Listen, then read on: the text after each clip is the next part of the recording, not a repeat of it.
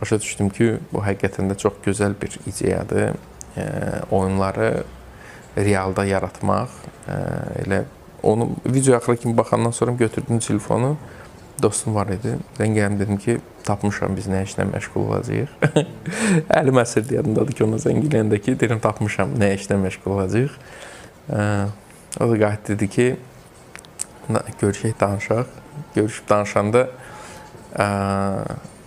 ikimiz də, ilkimiz, sonradan digər dostlarımız da şeylədilər ki, başlayaq. Yəni, bizdə bir sual yox idi ki, biz onu eləyəkmi, eləməyəkmi.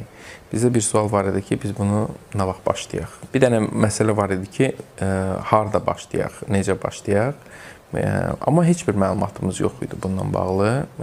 Yeganə məlumat o idi ki,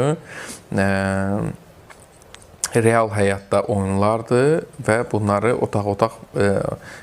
Məlumatımız nə idi ki, müştəriləri bir otaqda bağlısan, onlar oradan çıxmağı bacarmalıdır. Bu oyun prosesidir. Burada sizi bağlayırlar dostlarınızla birlikdə və məntiq gücünüzlə və ya hər hansısa fiziki tapşırıqlarla siz növbəti otaqlara keçməlisiniz.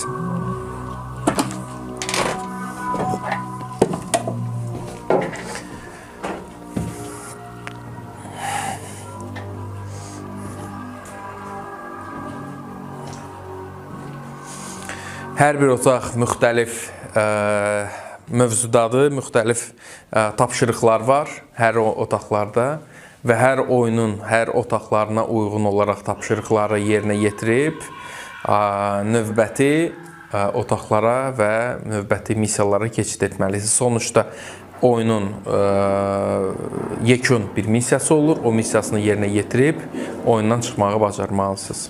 Sözsüz ki, burada siz tək olmayacaqsınız.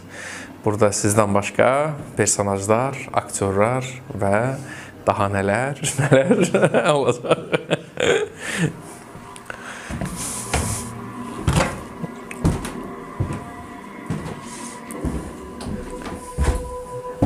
Burada yataq otağıdır.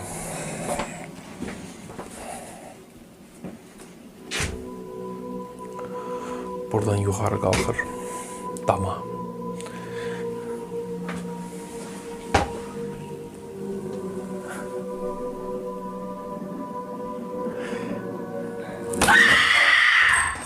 Başladıq biz ona görə yer axtarmağa. O qədər suallar yaranmışdı ki, biz daha sonradan başqa bir dostlarımızla da danışdıq.